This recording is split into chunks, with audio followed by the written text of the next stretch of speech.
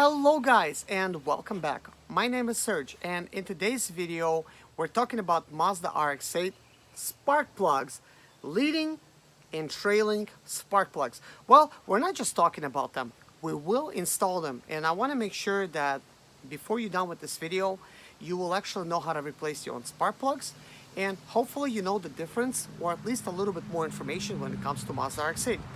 Believe it or not, this is very common that people just don't know. And the problem with that is, if you go to try to actually order these spark plugs from your parts store, chances are your spark plug manufacturer, store, or supplier does not know the difference. And they might give you two leading or two trailing spark plugs. They'll just give you two of them. That's it. Because when they're trying to order it, it just says two. But at the bottom it says trailing. At top it says a leading on their screen, and they kind of miss that. They think, you know, whatever, it says two, so we're just gonna order you two. Well guys, that's actually what happened to me. They ordered me two leading, and now I had to order two trailing. And I actually told them, like, I told you, you know, it's for spark plugs, but somehow it's a misunderstanding. But anyways guys, let's go ahead and actually replace these spark plugs and put them the correct way, because I already know they're not correct on this car. Most likely we're having some starting issues and other things. By the way guys, thank you for watching my other videos and thanks for subscribing to this channel. If you haven't subscribed already, please hit that subscribe button before we begin. If you are a subscriber, welcome back. Thank you so much for supporting this channel. We've been getting some amazing growth in just a short few months.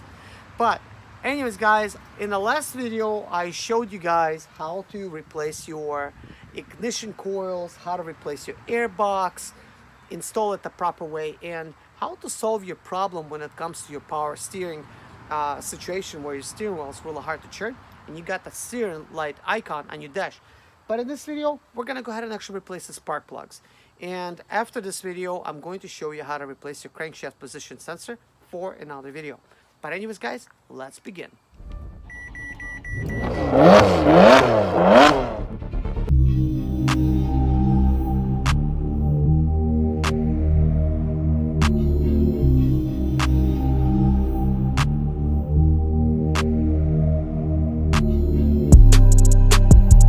Before you begin, you need to jack up the car, and this car is lowered, so I actually need to use a jack like this. So anyways, in this video I'm also going to show you like a little tip how to lift this car properly. So basically you need to get it like where you want it, like this, and actually use your impact. Let me see here. So like this. There's actually like little notches. I'm trying to get it right in between the notch. And then look guys, look how easy this is.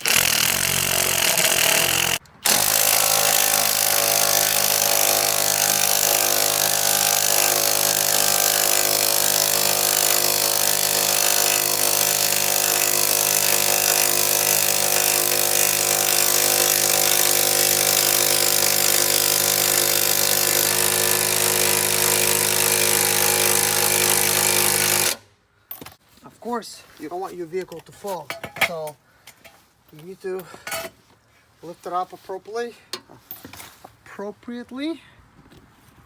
so that you can actually install a jack stand.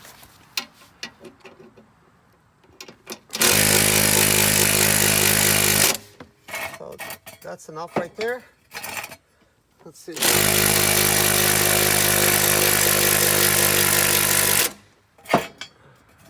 Okay, I'm just gonna get it on the one notch, and now I'm gonna try to set it down on it like that. Now let's see if this little impact is strong enough to pull these off. It sure is.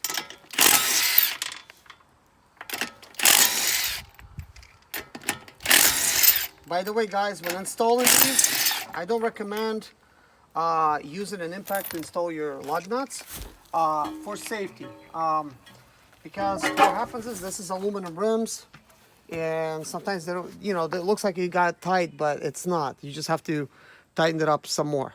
Anyways, now that the wheel is off, let's replace the spark plugs. By the way, guys, an old mechanic's tip: take the wheel or the tire, whatever you removed from your car, stick it underneath your car for extra safety. It's very important. Anyways, guys, let's go ahead and actually replace these spark plugs. This is so you could kind of know what I'm doing. Look, all of these spark plugs are accessible. See, there's all 4 of them right there, and they're accessible through this little hole. The only thing I don't know how to do is how to give you guys a really good angle as I'm removing these. So anyways, I'm going to go ahead and begin. First thing I'm gonna do is pull off the spark plug wires on all of them. Next, I'm gonna insert this. All right, so this one's completely out.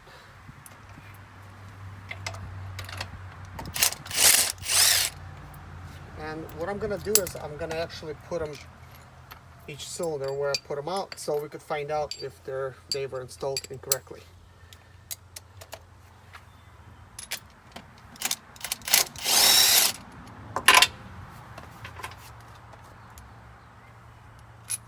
All right, so one more left.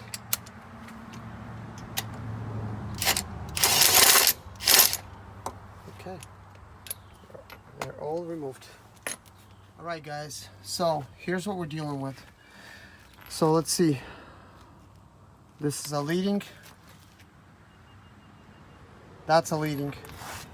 So that's wrong. This was installed in the cylinder. So L means bottom. Trailing means top. So this is a top one. That's the bottom one. That's the top one. That's the bottom one. So let's see what this one is. Leading. Leading. All of these spark plugs are leading. So let's take a look at the difference of what these spark plugs are supposed to look like. Of course, we're supposed to have trailing, leading, trailing, leading. I guess it's easier to say from the bottom. Leading, trailing, leading, trailing. And that's what it looks like when all the spark plugs are out. You could see a little bit oil residue, and that's because I've added some oil previously when I was trying to start. So let's take a look at this. So these are the spark plugs that I removed before. I did not look at which ports was actually which ones they were. These are the ones that I removed right now. So let's take a look. We had all the leading ones installed. So here's the trailing. What is the difference? Take a look at the leading. It's so much more longer. So if you think about it, also the design just all slightly different, as you can see how that one looks like and how this one looks like. So the trailing doesn't have those 4 markings like this one does. But anyways, guys, the way they're supposed to be installed is leading supposed to be lower, trailing supposed to be upper. So they should be installed like that. These are the 2 brand new ones that I bought. And I'm going to basically save them for now. Well, I mean, I'm just going to mark them. I really don't want to do double work, but as you've seen, there's nothing to it replacing these spark plugs. It's just too bad when I went up to the parts store today, they had 2 more leading for me and I really needed trailing. So they ordered me the wrong stuff. So just remember this. Leading is low, trailing is top. So now we're gonna go ahead and actually install them. All right, guys, we're gonna install leading first. So they are the lower ones. You never want to install them by torquing. You always want to install them by hand at first. As you could see, this type of extension is kind of like, you know, it allows me to do this, which is very convenient for the different angles. The spark plug socket is 13/16. It's got a rubber type of piece on the inside. This is just a Quinn type of set from Harbor Tool and Freight. Like nothing special, but it works. So we're gonna install this one first. Actually, as a matter of fact, there's plenty of room to just install it by hand.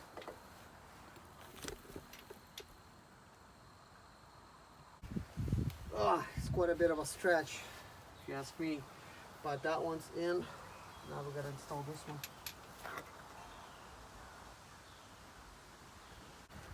So that one's slightly in.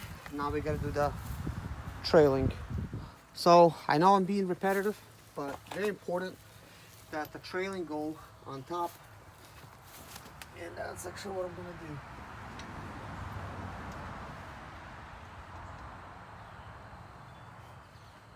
Okay, that's installed. Now we're gonna install this one. Alright, that's installed. Now we're gonna take this piece, try to do it by hand.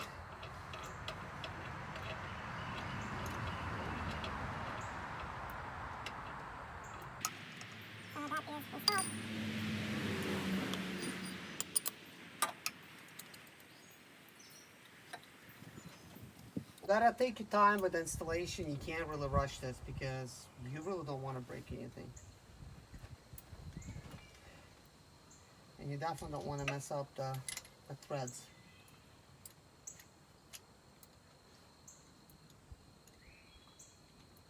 As a matter of fact, the cylinders are marked with L and T for leading and trailing. So there actually is marked with a L at the bottom, with a T at the top, so that you could know exactly. But you're not gonna really know this unless you really deal with Mazda RX-8s.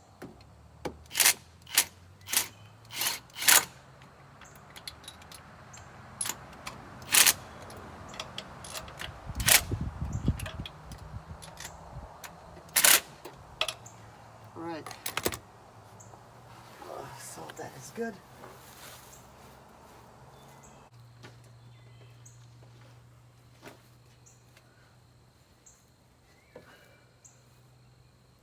So everything is on. Now we need to install the wheel back. So take a look, guys. Everything is back how it was. Now we will be doing NGK spark plug wires next time. I just got them on order and they said it's going to be 2 weeks to get it from the NGK. I don't know why there's a shortage or what, but that's all right. So let's get the tire installed. Pull it out. If you guys have real expensive rims, don't do that.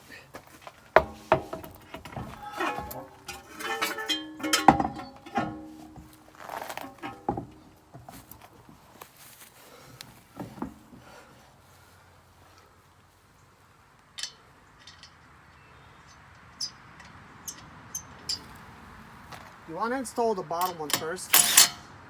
That way it holds everything for you. Then you can install all the other ones.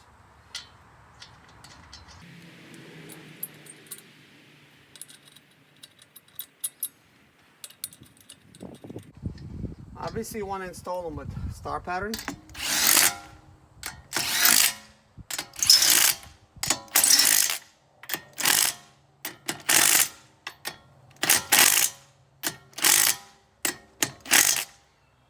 And now you gotta check them as well when you lower the wheel with the wrench for safety. So let's go ahead and actually lower the car. So the very first thing you want to do is raise the wheel.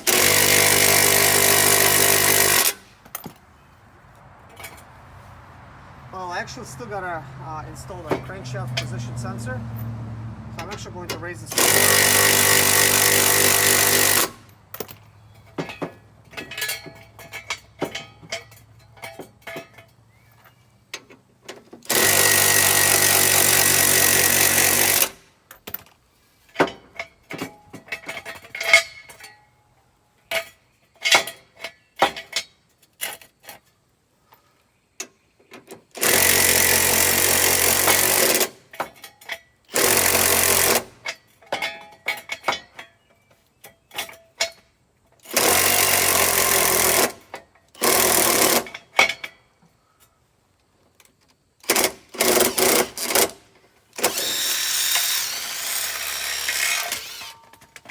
Now I gotta do the same thing to the other side.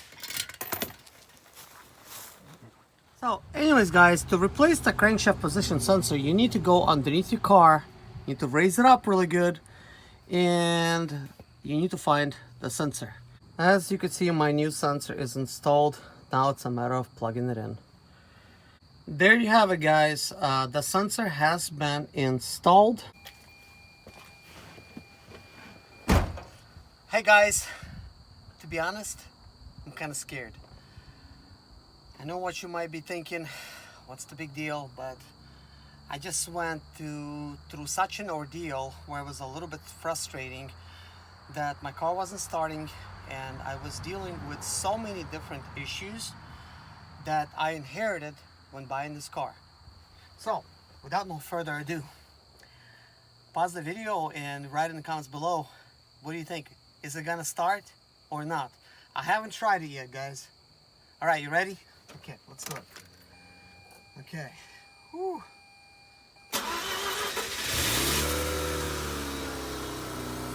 Oh my God! It started, guys. The RPMs are at 2000 and they're slowly dropping.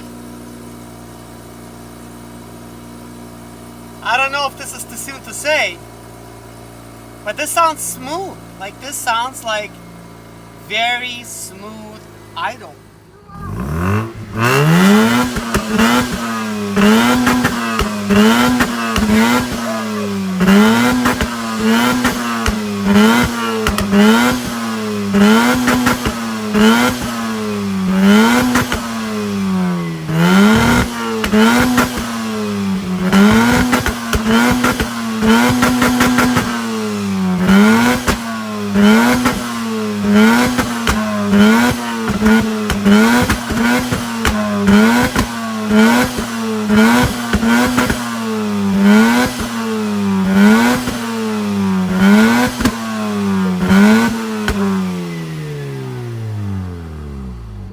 So anyways guys, after doing a couple rounds of trying to shoot some flames, it did not overheat. Of course it is right now mainly water inside of the radiator. I know that water is heating up somewhat.